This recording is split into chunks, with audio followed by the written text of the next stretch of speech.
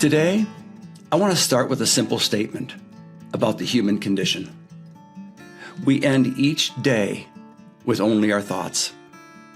We reflect on the day's experiences, filtered by what you've been told and shown to be true. Our remarkable capacity for thinking is how we make sense of the world. But there's something else you need to know. At any time, in any situation, we have access to two ways of thinking. Let me explain this by telling a story. Imagine a manager sitting down to deliver hard but necessary feedback to someone in her team. She has two ways to walk into that conversation. She can focus on getting her point across, asserting her authority, protecting her status, and closing the conversation quickly, probably patting herself on the back and saying, "Job well done." Or she can pause before she speaks and ask a different question. How will the feedback I'm about to deliver land for the person across from me? And what happens to our working relationship after I share it? Same task, same feedback, same fact pattern, but completely different outcome. Because the thought underneath the conversation was different. That is the hinge this episode turns on. Long before we choose our words, we choose a lens. And that lens either includes the other person or leads them out. That lens is either focused on self or pivots and considers the relationship and the quality of connection. Knowing about this lens highlights a critical reality.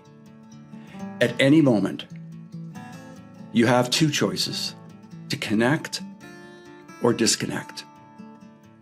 When you reach out to another person, the connection deepens, increasing the likelihood of gathering a shared understanding. On the other hand, you can always pull away, disconnect, and retreat into self-protection, self-affirmation, and self-righteousness. In fact, I think that's part of it, of what's going on epidemically in our society, kind of a retreat to ourself. Your actions reveal your purpose, principles, and priorities. They're extremely revealing.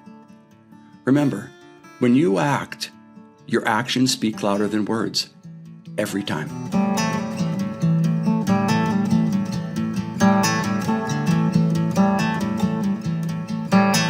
So welcome back to the Rethink Podcast. I'm your host, Dr. David Zierk. This podcast is where we step back, pause, and reflect to explore smarter, more connected ways to lead and live by thinking with connection in mind, which is exactly what is meant by the word rethink. Relationship-enhanced thinking. Rethinking your connection to yourself, the people in your life, and the world around you. Today, we're going to rethink the topic of how we connect with others through our thinking. In every situation, every idea, every choice, and every interaction, we have two ways of thinking. What's more, every one of us thinks constantly. When we observe something, we interpret what just happened. We consider our options, and we decide what to do next. Sometimes we do it so quickly as we do it almost what it feels like without thinking, but we are thinking. Also, when things don't go as planned, we shift to problem-solving mode and respond to whatever the day throws at us, often thousands of times before lunch. Underneath all of that thinking sits one question that shapes not just our decisions, but the health of every relationship we have. Am I thinking with connection in mind or without it? Thinking with connection in mind asks, how will this affect us? Instead of, how will this affect me? In my book, Mind Rules, I remind people that the first rule in my book is the mind is not relational. It's designed for self-protection. We retreat. That's our default mode. We retreat to self. And that makes sense from an evolutionary standpoint, but it doesn't make sense from a relational standpoint in terms of getting your needs met through your walk of life. So that single shift changes how you lead a team, raise a child, negotiate a deal, or repair a marriage. That's how important this is. That single shift determines whether you turn conflict into connection or things get worse. Under this idea of two ways of thinking is the knowledge that relationships are not a side project to the rest of your life. Relationships are the environment your life actually happens in. And the quality of that environment gets built one thought at a time. I want to pause here for just a moment because this conversation connects directly to the work I do with leaders and teams. Hi everyone, David here. Taking just a quick break from today's episode to let you know that I also bring the ideas we explore on the Rethink podcast into organizations through keynote speaking and leadership programs. I work with leaders and teams who want to navigate conflict, strengthen trust, and communicate with more clarity and more confidence, especially when change, tension, or uncertainty gets in the way. My keynote, called Turn Conflict into Connection, gives audiences practical tools to understand what's happening beneath the conflict, repair what's strained, and move towards stronger conversations, better decisions, and high-performing teams. To learn more about bringing this message to your organization, visit davidzierk.com/speaking. Now, let's get back to the episode. Thanks for letting me share that. Now let's get back to today's conversation about two ways of thinking. Connection-minded thinking shows up in 4 consistent shifts. So I just put on my board the word 4 shifts. This is what we're going to be focusing on for the rest of the podcast. The first shift has to do with awareness. And I'm going to share with you on the opposite side of the coin is what I call blindness. This first shift of awareness, it involves both self-awareness and situational awareness. So it's not just being aware of what's going on inside of you, but what's going on between and among you and others. That's situational awareness, what's going on around. These two different types of awarenesses, they go hand in hand. Every time. People who think with connection in mind, they notice their tone of voice, their timing, their intensity, and their choices and how they land on people around them. Thinking with connection in mind improves your sensitivity to how your behavior is impacting others. That's one of the most preliminary life skills on planet Earth, remaining aware of how your behavior is impacting others. You'll go for 10,000 miles further by just practicing that life skill. Without that awareness, conflict tends to repeat itself, escalating to intolerable levels and sometimes causing relationships to snap.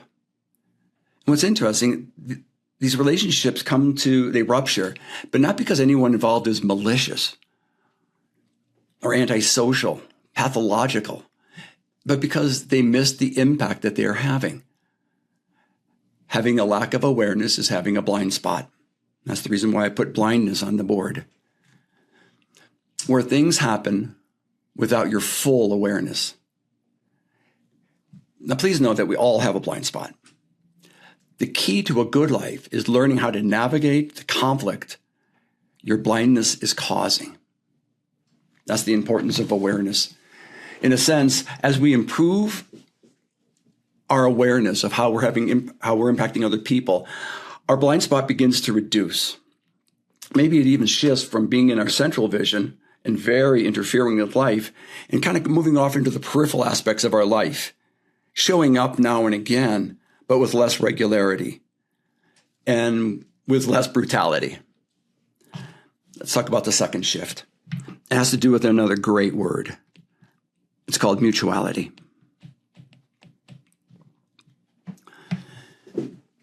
And I'm going to put on the other side of the coin, self-interest. Mutuality versus self-interest. Knowing that the second shift of mutuality, let's dive into this. The question moves from how do I get what I want to how do we create something that works for both of us? Do you hear the shift? How do we create something that works for both of us? That's keeping mutuality in mind. It's keeping connection in mind. Mutuality does not mean giving up your own needs. Please understand that. This is not about teaching people to become even better people pleasers or become more accommodating or abdicating what you need in service of attending to the other people's needs. Not at all. Mutuality means recognizing that solutions built for one side rarely hold up over time. We all know this. If people are self-involved too much, if self-interest is showing up too often in a relationship, it becomes lopsided. One person's needs get met at the expense of the other person going into a state of deprivation. And as that continues over time, then the connection between the people becomes very, very thin. And that's what leads to a snap. The power of mutuality is that it creates a shared reality, where instead of having competing narratives, we explore both perspectives together. Now just think about that. Instead of having competing narratives, and that's exactly what conflictual narratives sound like, back and forth, my side, your side, I'm right, you're wrong, back and forth, these competing narratives. But when we stop and realize that mutuality is not in play and we bring it back into our relationships, we explore both perspectives together. The ability to explore both perspectives together. Now, please keep in mind, that's counterintuitive in terms of the way the mind is designed. That's the reason why I try to facilitate people's ability to get out of their mind and moving back into the relationship that's so critical for them. Now, mutuality sounds like this. We may not see it the same way, but we are looking at it together. We may not be seeing it the same way, but we are looking at it together. I'm not sure what's going on right now. Let's slow down. Let's look at this together. I want you to understand that pause, the ability to look at the situation from perspective, taking into consideration the other person as well as your own needs, that's the heartbeat of mutuality. So please keep in mind that at its core, mutuality is not about agreement. It's about alignment. Not about agreement, it's about alignment. It's a beautiful word. Let's have learning conversations. Let's continue to have dialogue with each other. Let's align our intentions, our values, our desires, our wants. Let's align these. Let's keep talking until we formulate an alignment, not give up because the other person is overbearing. That's the power of mutuality. Next one, the next shift is curiosity, open-minded. Third shift is about curiosity. It's one of my favorite words. It means an open mind. So the opposite of an open mind, of course, is a closed mind. And an opposing word for that to curiosity would be certainty. I'm certain that I'm right. I'm certain that you're wrong. That's what certainty sounds like in a relationship, gridlocked. Curiosity is very different. Instead of assuming you already know why someone did what they did, you ask, help me understand. Tell me more. What was happening for you? You know, when just a moment ago it felt like we disconnected, can you tell me what was going on inside of you? That's curiosity in play. Curiosity opens the conversation that certainty would have shut down. Being curious is staying open, understanding. And that's the gift that we give the relationship. In action, curiosity asks, what else could be true? I want you to understand and appreciate the state of mind that curiosity places you in. In action, curiosity assumes a posture of listening to learn, not to defend. In action, curiosity explores motive and context with humility. Now that's beautiful. Think about curiosity as exploring a person's motive in the context of what's happening with humility. So you've stepped out of yourself for a moment into the other person's internal world, understood the situation, situational awareness, that's the context, and you do it with humility. What I mean by humility, it's not a race to judgment. It's not about being right. It's about getting it right. It's about understanding the other person's lived situation. So practicing curiosity is like finding a window into another person's thoughts. Some people think that's not even possible. We can't think we don't know what another person's thinking. I beg to differ. I think practicing curiosity opens that window into another person's thoughts. And what's crazy about curiosity, especially when you've done it with humility, people are so eager to share what's going on inside of them. In fact, by doing so, not only does it enhance the sense of connection with you and the other person, but it gives the other person this phenomenal experience of being understood. You get me, I matter. Priceless. The fourth shift is understanding.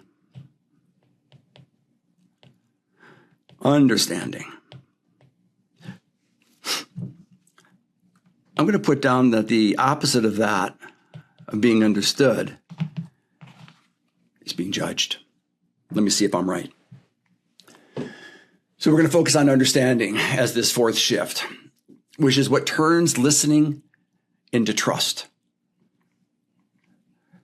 That's an amazing phenomenon. I work with a lot of people who come to me and the relationship is off the track, misaligned, too conflict saturated. Trust has been brittled, perhaps even broken. And I always tell people before we get on to talking, because talking is all about sharing each other's truth, but nobody cares about each other's truth until and unless we develop trust. So we have to get back to the building of trust. And what's wonderful is that we can do it immediately. Listening, by doing so, you build trust. And that's what makes this an amazing phenomenon. We can build trust by simply listening more and talking less. It's important to know that understanding someone does not require agreeing with them. It communicates that they were seen and that the experience, it mattered. And people who feel understood, well, they get less defensive and more willing to solve problems with you instead of against you. So let me go back. And I say over and over again, what everyone needs more than anything else is to know that they matter and that the other people get them. That's the ultimate relational test. Do you get me and do I matter? Now, the thing about mattering, I believe that a person only needs to be reminded that they matter when they don't feel like they matter. So timing is very important. But that's the power of understanding by listening. Let me see if I can bring this to life. Picture a leadership team wrestling with a familiar tension. One group wants to move fast and take risks. They're the risk takers. The other group wants to slow down and manage exposure. We'll call those the risk managers. Now, the instinct in this kind of work environment is to treat this as a problem to solve, usually by forcing one side to accept the other as being right and conceding their position. A team thinking with connection in mind handles it very differently. They stop trying to eliminate the tension and start asking how both perspectives can stay in the room.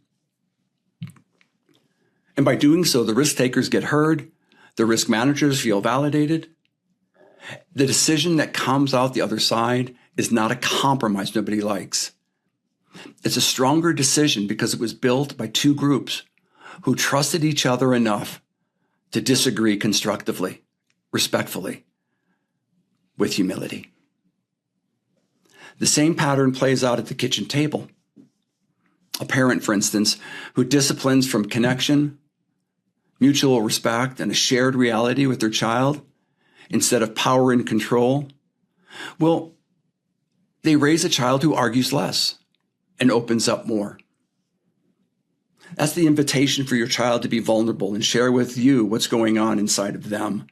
And by you understanding them, listening to them, being attuned to them, the connection allows the two minds to come together. And perhaps at the end of the day, the best solution is to do nothing, but your child will feel like you get me, and I matter. And that may be exactly what your child needs to do if they go to school the next day to deal with whatever ups and downs they're experiencing. In the same way, an intimate partner who seeks a shared win instead of a personal victory builds a relationship that gets stronger under pressure instead of weaker. And that's exactly what I'm talking about in terms of turning conflict into connection. My belief about this turning conflict into connection is that we only truly get to know each other when we have a degree of conflict and together we turn it into a connection. Because under every conflict is an unmet need.